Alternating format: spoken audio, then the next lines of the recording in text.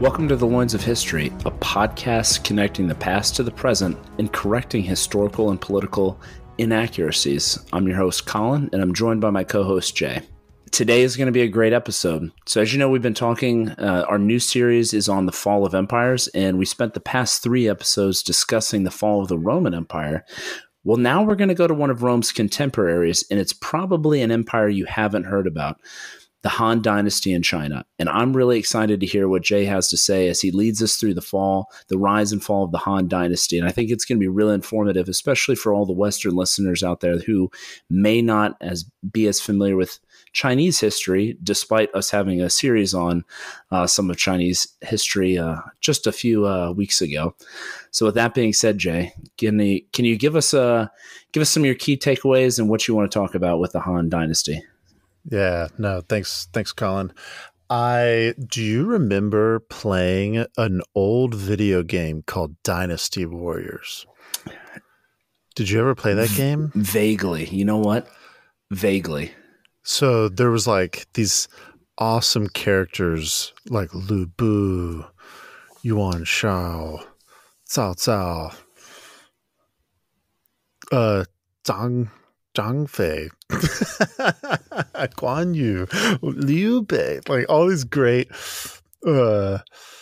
characters that make for an awesome video game. I spent a whole lot of time as a kid and as a teenager playing on PlayStation, there's like several iterations of this game called Dynasty Warriors. And that is the time period that we are going back to for this episode. The whole story is called Romance of the Three Kingdoms by a dude named Luo Guangzong. And he wrote this book called Romance of the Three Kingdoms, and it is a classic that today all Chinese males are actually required to read. And the PLA, kind of taking us back to our last series, the PLA is actually required, more PLA, People's Liberation Army generals quote Romance of the Three Kingdoms more so than Sun Tzu and his Art of War. I was about to say that. I was like, that's almost like the American military. If any of you have friends or have been in the military, you know that like the art of war is thrown around in just about like every military branch. It is. And now and for those of you in the corporate world, you're starting to see it eke into the corporate world as well. But it's funny that it's in China that Romance of the Three Kingdoms is more widely proliferated amongst the PLA. That's right. And not that Sun Tzu isn't, because he definitely is, but Romance of the Three Kingdoms is just a fantastic story. And I highly recommend if you want to get the closest thing to a unabridged version, I forget the publisher, but there's like a really popular 2-volume publication. The only problem is it's in the old Wade Giles spelling, so the spelling is kind of different than the opinion that's out there today. But if you want a single volume kind of abridged version, Penguin Paperbacks publishes a good single volume, and it's in the more common spelling for all the names and stuff. So, but that's the period. We're going to be talking about the fall of the Han Dynasty. And the reason why I chose looking at the fall of the Han Dynasty immediately after we talk about the fall of the Roman Empire is because, like Colin said earlier, they were more or less contemporaries. So the Han Dynasty began around 206 BC and it lasted to 220 AD. So a little, shorter than the Roman Empire, about 400 years roughly. Shorter than the Roman Empire. However, it was, roughly contemporaneous with Rome.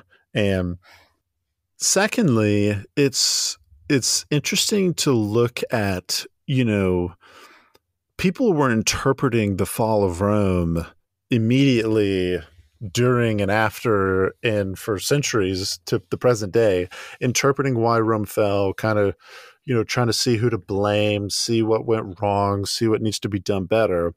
In a Western context, in the same way, in an Eastern context, the Han Dynasty is one of the more popular dynasties to look at what went wrong, what happened from an Eastern standpoint. And one of the things that I wanted to look at here in this series is like, okay, we've got the Western example, the Western ancient example. Let's look at an Eastern ancient example and see if there's any kind of different perspectives. And without getting too far ahead of myself, I think there's actually some really interesting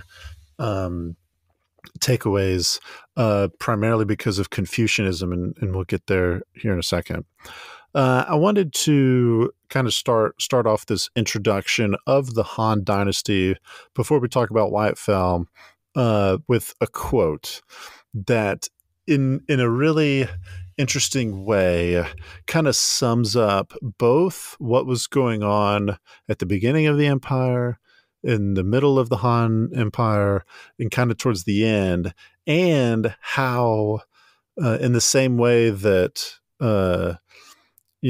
Augustine was, in his book The City of God, was interpreting the fall of Rome. Like, he was trying to provide an explanation for, a theological and biblical, a spiritual explanation for what was going on.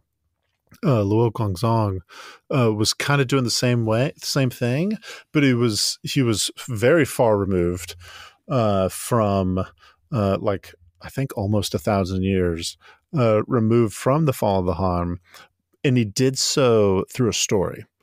Instead of a theological treatise, he did so with a narrative, and he has a great quote, and he says, "The empire long united must divide. Long divided must unite. This is how it has always been."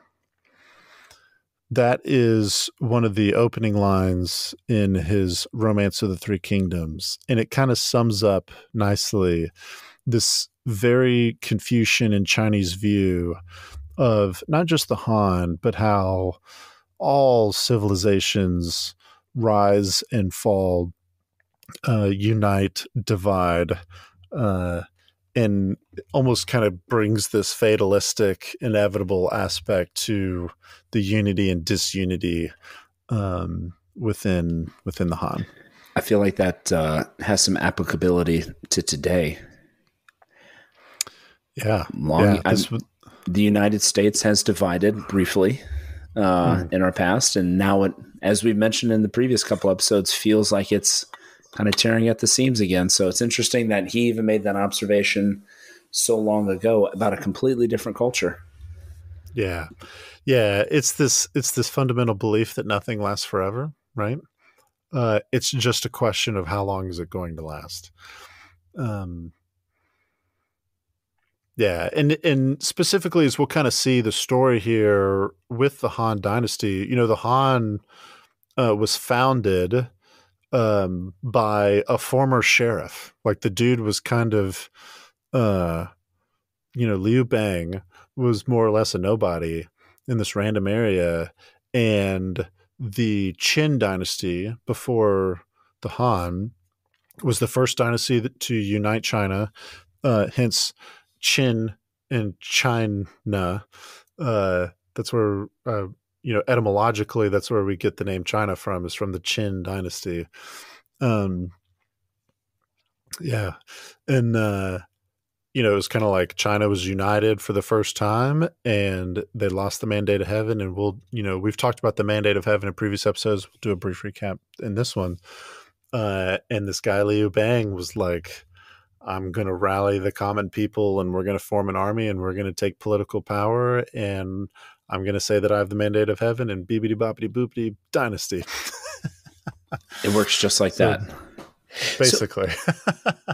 That's interesting. Is that, from what you've done, from the research that you've done, and this is more of a question, I guess, on expanded Chinese history with the mandate of heaven, is that, because we talked about it kind of with the Qing dynasty falling, where it was a fractured empire.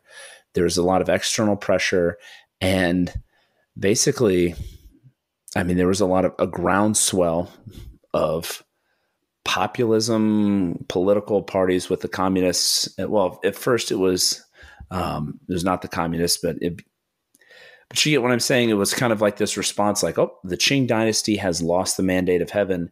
They are no longer in charge because they have lost the mandate. Has that happened not only with the Han and the Qin, but other dynasties as well throughout China? Oh, yeah. And what's interesting is this is very much a result of Confucianism. The reason why historians interpret the rise and fall of the different dynasties in this way is because this is kind of the metaphysical world that Confucius created. And yeah, well, I don't want to get too far ahead of myself here, but when we get to the Confucius part, it'll all make sense. Yeah, so kind of beginning with the end in mind here, in 220 AD, right? So Rome still exists. In 220 AD, a dude named by the name of Cao Pi. He was the son of one of my favorite characters in all of Chinese history, the warlord Cao Cao. He was Cao Cao's son, and Cao Pi forced the last Han emperor, a guy named Emperor Xian, to abdicate the throne and in favor of Cao Pi, and Cao Pi proclaimed himself emperor, or Huangdi, in Luoyang, the historical capital of the Han Empire in the year 220. And that effectively was the end of the Han Dynasty. So over the course of this episode and the next few episodes, we're going to look at answering 4 basic questions about what happened in the Han. We want to ask the question, how did the Han fall, which is kind of the first and the easiest question to answer, precisely because the sources tell the story primarily of how the Han fell. The second question is, why did the Han fall? Like, what were its causes? What were the things, we talked about, social disunity. We talked about class struggle in the Roman Empire. We talked about emperors and the Praetorian Guard and the debasing of currency. And we talked about those economic factors and cultural factors, etc. We want to kind of ask the same question here for the Han. Like, why did the Han fall? What happened? Third question, what is the significance of the fall of the Han? If y'all have been listening to a few of our episodes, you've heard us say, like, Colin and I firmly believe that if the history is not relevant to today, the history is kind of pointless. That's kind of a hyperbole, but it's intended to be.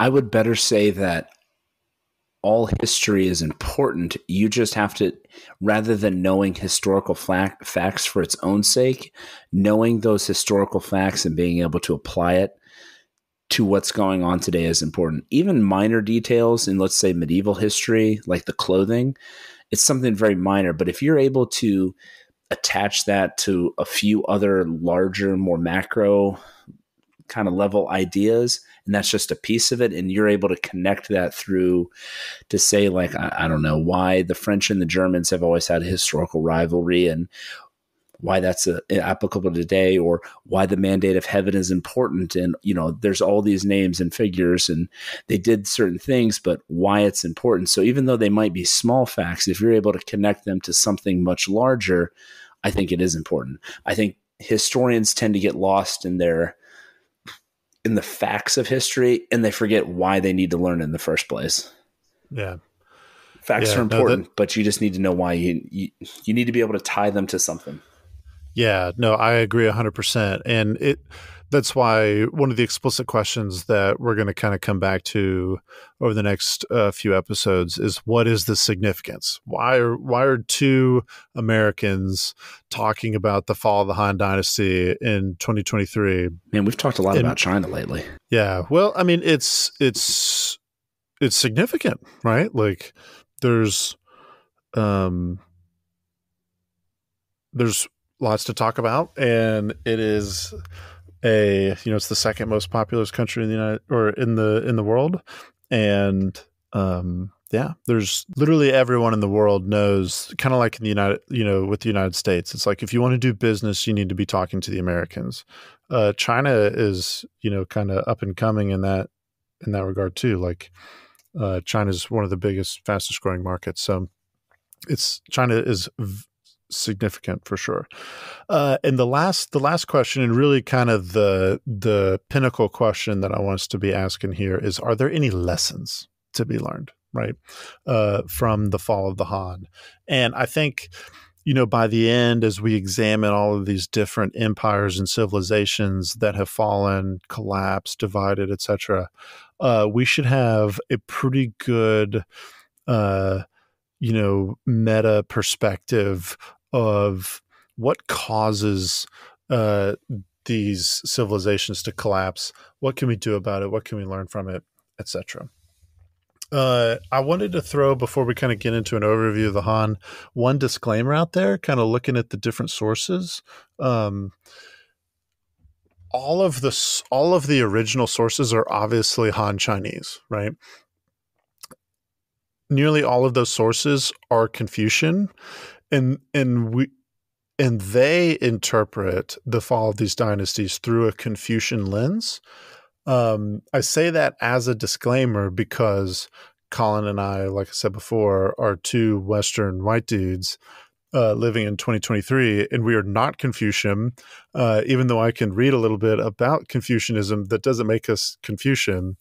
So there's somewhat of a disclaimer there to say, like, we approach these historical case studies from a Western philosophical, logical lens, that the sources that we're using just simply don't have, and they're not approaching their own history with those same things. I hope that allows us to have to kind of create this this synthesis approach where we generate lessons learned that are actually unique, and can maybe use the Confucian lens as a different way to look at our own society. Kind of as a disclaimer there. Okay, moving on to an overview of the Han, and I've kind of mentioned some of these details, so I'll go through this part relatively quickly.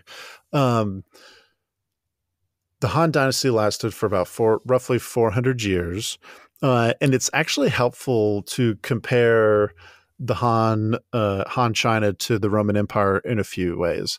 The first way is that Rome was primarily a seafaring and mercantile society, right? With Rome being literally and basically the center of the Mediterranean Sea. The just merchant classes, the economy was huge. Seafaring was a large aspect of the culture and the society, and its expansion was driven in large part by the Mediterranean. Rome was able to expand all over the Mediterranean Sea, and only had mixed success going beyond the Mediterranean. For example, it made it all the way to Great Britain, but yet it couldn't go into the heart of Germany, right? It made it through modern day France, what was Gaul, but then they repeatedly got schwacked by the Germans, and that was difficult. Same thing in the Middle East, they were able to go all the way to, modern day Israel, Jordan, Lebanon, Turkey, Egypt, etc. But then you start going too far out in Persia, too far away from the Mediterranean, and it was very difficult to project power. So Rome was primarily a seafaring Mediterranean society. Han China, on the other hand, is a continental power. However, it was an agricultural society that was beholden to two main rivers, the Yangtze and the Yellow River. The Yellow River is kind of the cultural and societal heartland of really all of China, kind of northern China. Both of these rivers flow out of an area called the Tibetan Plateau, which is an extremely elevated, flat, and dry area where the higher up the mountains, the snow creates these rivers, flow through the arid areas in Tibet, and pour out in China along these two rivers. The Yellow River is the main river that we'll kind of focus on here because it's also known as the Sorrow of China, because it carries all of that silt from the Tibetan Plateau. It's prone to, over time, overflow its banks. And there have been many a famine where, these agricultural villages and cities would spring up along the Yellow River, but then there would be like these natural disasters and, anywhere from thousands to hundreds of thousands of people would literally either die or lose their livelihood because the Yellow River overflowed its banks. So we have Rome became an urban, mercantile, Mediterranean seafaring society, whereas Han China was primarily a rural, agricultural, continental society. And because of that, China was relatively flat in terms of its political structure. There were like various administrators that were given kind of like this feudal concept. There are phrases: duke, king, prefect. These provincial governors were given these areas to kind of govern, and then they reported to the emperor. They're the ones that provided the protection for the different clans, the different villages, so that they could do their rice paddies, graze their cattle, etc., in peace, and everything would be okay. Interesting. That's very different than most, if not all, Western empires. In the sense that, like, Rome was very hierarchical, like the military, the political makeup, just the society in general was like within Roman society. Most people know about the plebes versus the patricians. Like, was there any sort of class distinction like in Han China? Or was it just sort of like, you had a little bit more rice, so you're a little wealthier? Was there like a clear line? So there were different classes. There's, you could think of there being like a gentry, like a landed gentry. There were, more up to do. The reality is, and kind of what we'll get at here in the Mandate of Heaven, is that in the same way that in the United States today, if something goes wrong, it's very common for people to go, like, when gas prices go up, Republicans go, "This is Joe Biden's fault." Right? Like, we made a very quick jump from me, regular old citizen, to blaming the president of the United States, right? In the same way that when the Yellow River overflows its banks, the peasant would say the emperor is unworthy to maintain the mandate of heaven, and this is heaven punishing us for being ruled by unworthy governors. That's what I mean when I say flat. It's not that there isn't a hierarchy in a social structure, because there absolutely was. It's just it's just to say that when things were going bad, people jumped to blaming the emperor very quickly. That makes sense. So it's more like today. So it honestly be something a little more like we're familiar with today, like Joe Biden's look at Joe or look at Trump. Okay, interesting. Yeah. So whereas I think in the Roman Empire that definitely was not the case. Like there were in Israel there was kings who were ruling over there, and there was like this way to petition. There was a Senate, like there was somewhat of a division of power, whereas in Han China and really in all of the dynasties in China for quite some time, it was pretty quick. There wasn't like a Supreme Court and a Senate and a legislature and then, an executive branch. It was like the emperor. The bureaucracy of Rome kind of shielded the emperor to an extent. It kind of helped and hindered, but he created layers of protection that you had to go through. Got it. Okay, so that makes a lot more sense. Interesting. Right. Another aspect, now we'll kind of, as I've alluded to it several times, it's important to talk about the religious aspect because in by religion, I mean what's not a religion, and that is Confucianism. To understand, when looking at why the Han Empire fell, we need to know some things about Confucianism because, in the same way that religion for us here, really all over the world, and Confucianism in China, it provides the framework through which we kind of see existence, right? Like it's our explanation for these ethical considerations, these political considerations.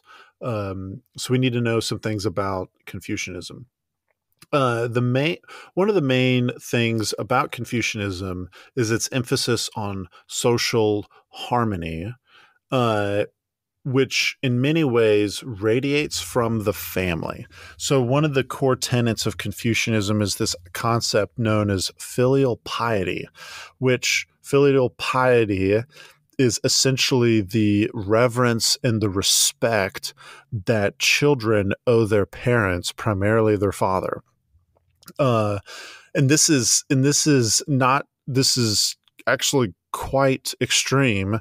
And, in traditional Chinese families, even today, it is expected that children more or less serve their parents and serve their father in all these different ways. And of course, like it's different from family to family, but Confucius taught that a good society was a society with rightly ordered relationships.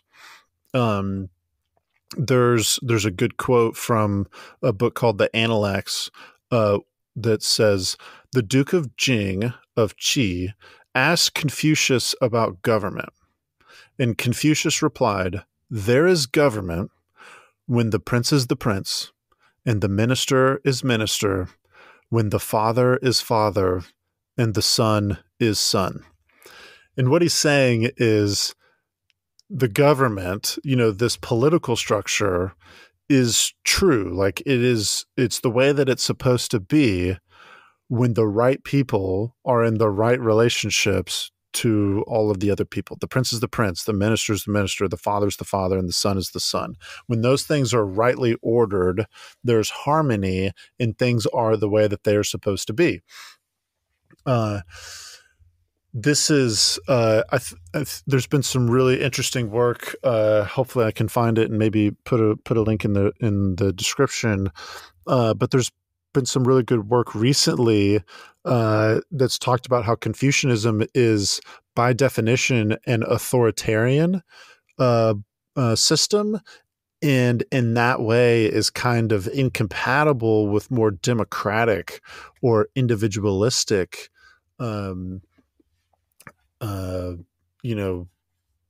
views of the world.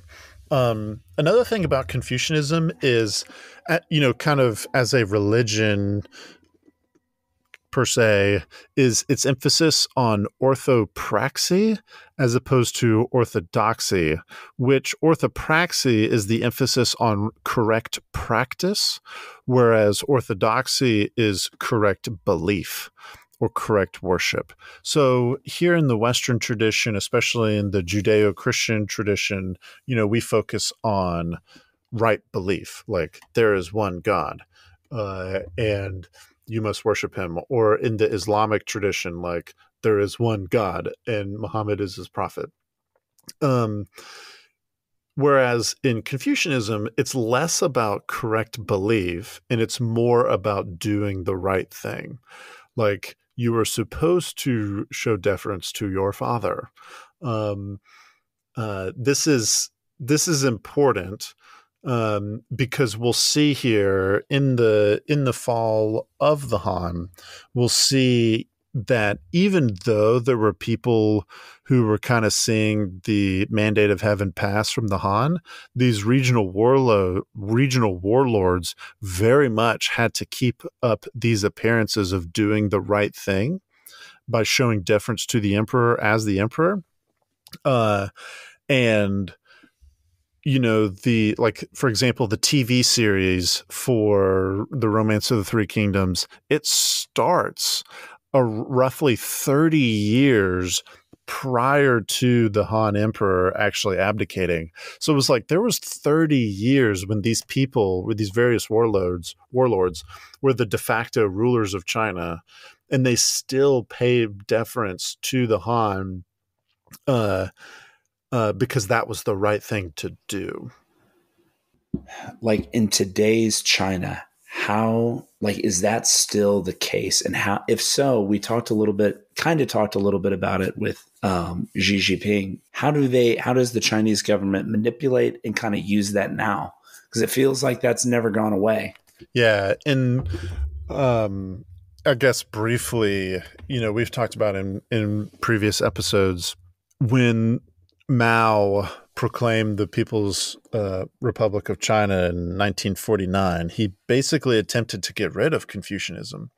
And he saw it as this old imperial vestige that needed to go away. Well, Xi Jinping has actually brought it back. And one of the reasons I think that he's brought it back is it accords very nicely with authoritarianism, like I said. Where it's like you are ethically wrong if you don't show respect to your betters. Like if this rightly ordered relationships, the party is the party. Regular Chinese person, it's almost like they're the child, the government's correct. The parent. And it's like that correct. relationship, like you serve me, I know best, you take care of me. Yeah, that's exactly right. So one last thing on Confucianism here that's important to bring up is, so there's 5 texts, 5 core texts that kind of explain what Confucianism is. I'm not going to go over all of them, but the one I am going to go over is called I Ching, or the Book of Changes. And the Book of Changes is where we get this idea of yin and yang. I'm sure a lot of Westerners have seen the symbol of yin and yang. Although, Colin, correct me if I'm wrong, I don't actually think that symbol comes from this book, but I could be wrong there. But Confucius envisioned the world as an interaction between these two forces, yin and yang. And yin and yang, you can think of it as positive and negative. You can think of it as unity and disunity. These two opposing, complementary, mutually reinforcing, mutually disintegrating forces that kind of just swirl in this wheel of time aspect. And that is the foundation of existence. It's definitely this metaphysical belief that we are fundamentally in this conflict between good and evil type deal. This is important to bring up because in our, in the Luo Guangzhang quote in the beginning, we see here, the empire long united must divide, long divided must unite. This is how it has always been. We kind of see here that when we interpret the fall of the Han Dynasty, we kind of see this fatalistic aspect. It's not true fatalism, but this deterministic aspect of this is going to happen type deal, and this is the yin and the yang in their struggle. And with that, so kind of moving on now to the mandate of heaven, and we've talked about this in previous episodes. Listeners, if you really like the China stuff, I highly encourage you to look at our 20 plus episode series on U.S. and Chinese relations. We focus a lot on the Qing dynasty and how the mandate of heaven kind of impacted that, and we talk about the mandate there a lot. So I'll cover it briefly here, but essentially the mandate of heaven was this popular belief that heaven, which is the Chinese word is tian, gives this legitimacy to worthy rulers, and when unworthy rulers come into power, it's taken away from them and given to a worthy successor. Some of the main ways that the mandate of heaven is interpreted is obviously in power, right? Like if a central government or a central emperor is having issues maintaining power, it could be thought that the mandate has been removed. Another way is through natural disasters. So kind of going back to the Yellow River, if the Yellow River has overflown its banks, or if there's famine, something like that, bad weather, they'll begin to question whether or not the mandate has been taken. And that's a good segue, kind of going on to one of the final points that I wanted to cover in this episode, and that is the correlation between natural disasters and disease and rebellions to the loss of the mandate of heaven. And essentially, in the fall of the Han Dynasty, I kind of want to save the details, in our next episode. But for the purpose of right now, there were a few key events that happened beginning in the 170s AD that kind of led to the Han losing their grip on power. The first one was the first one that we'll cover, not chronologically, but the first one that we'll cover is the Yellow Turban Rebellion. The Yellow Turban Rebellion was led by the Zhang brothers, and they were of Taoist inspiration, although they were kind of wonky Taoists. They were not Confucian. Taoism was seen as a competitive system to Confucianism. They believed in healing. They believed in like miracles and some other stuff, and they believed that a new day was dawning, where righteousness would fill the earth at the hands of these Zhang brothers, and their followers would wear a yellow band around their heads, and they were called the Yellow Turbans. This was a massive peasant rebellion in northern China, and we'll kind of go into more details later in our next episode.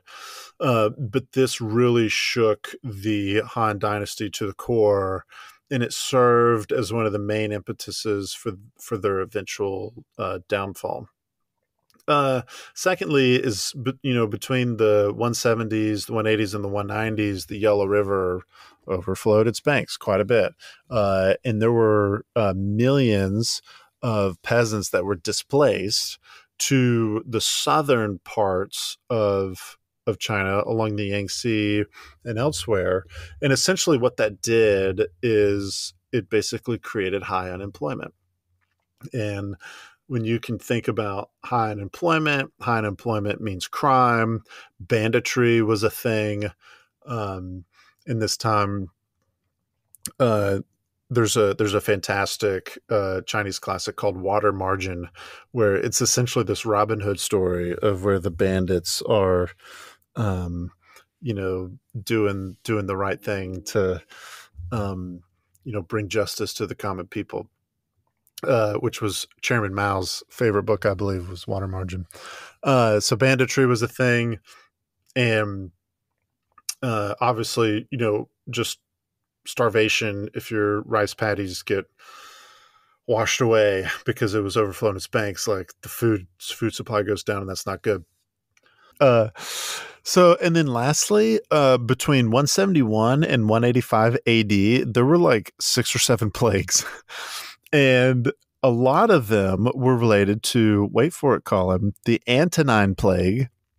There's evidence that shows that the Antonine Plague, which was basically, I think I was reading, it was smallpox or like a variation of smallpox. They think it was some kind of pox because it's hard to.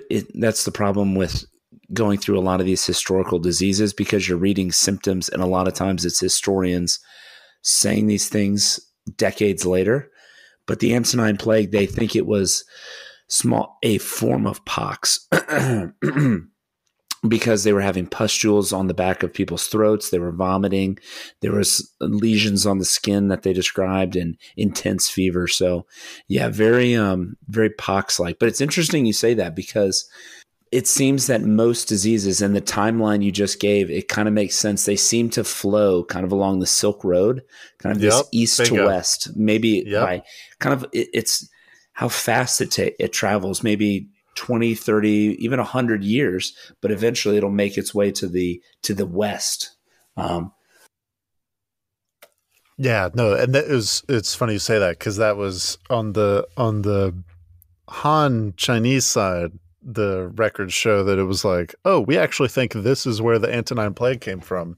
And just for our listeners, the Silk Road. So silk was an industry invented by the Chinese, and it kind of flowed from, the Chinese silk plantations to the trade would go through Tibet, like through the Middle East, and would hit the Mediterranean. And what was the Roman emperor that like came out wearing like a silk robe, and like all of a sudden silk like became super popular in Rome? I don't know. I feel like I should know that, but there was an emperor. Yeah. So yes, the Han Chinese and Rome did in fact trade with one another. I was going to say there was this is not even Rome related. There was Marie Antoinette came out in a high, I don't know if it was, I don't remember if it was silk or it was wool, but she got in a lot of trouble because she came out wearing what was supposed to be kind of like a peasant's outfit. And, she obviously classed it up, but it like crashed part of France's economy. What? Yeah. Cause they were known at the time for making very ornate and royal clothing. And when the queen comes out and she's wearing she's wearing clothes just like us, but it's a little fancier, like crashed the textile industry in France briefly. So totally unrelated to anything we're talking about. But hey, quick question. So you said, what were the dates you just mentioned for when this plague that they think was the Antonine Plague came about? Between 171 and 185 AD. It's interesting.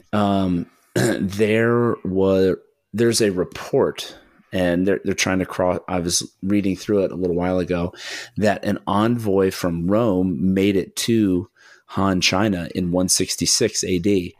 And it'd be kind of interesting if they kind of hung out there for a little while, and somehow they were the ones that brought it back 20 years. They brought it back because, it's like your kids in daycare. Like your kid gets something, then they recover, then they go back, but yet they're still contagious, and they give it to another kid, and it's just like you keep trading diseases, back and forth. Yeah, sharing the love. Anyway, that was I totally derailed us. No, that's fine.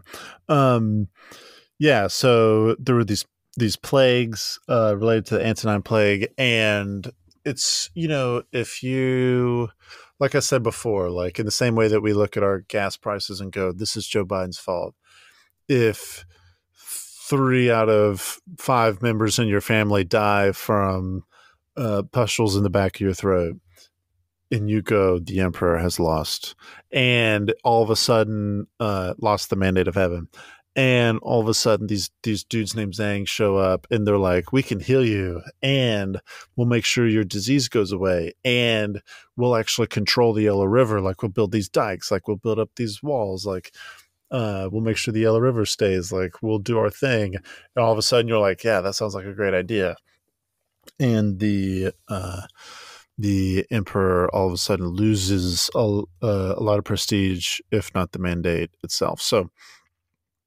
All of these things kind of add into what brought Han China down. I think in our next episode, we'll kind of talk through the big things in the Romance of the Three Kingdoms. Like, we'll talk about the Yellow Turban Rebellion. We'll talk about the eunuchs in the palace corruption and the court intrigue.